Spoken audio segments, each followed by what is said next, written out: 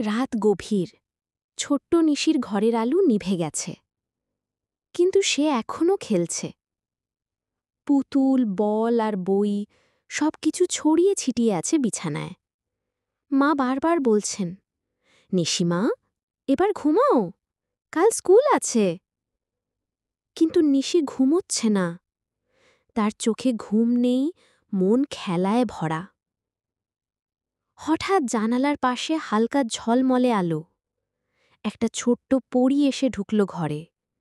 তার সাদা জামা, রূপালি পাখা আর হাতে ছোট এক ঝাঁক রঙিন ফুল।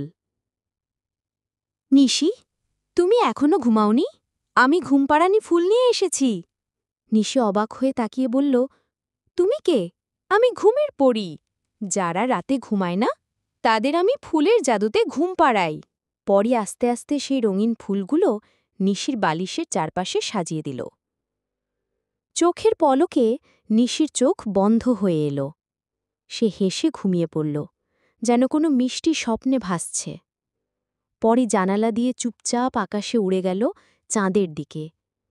শুভরাত্রি নিশি, মিষ্টি স্বপ্নে দেখা হবে।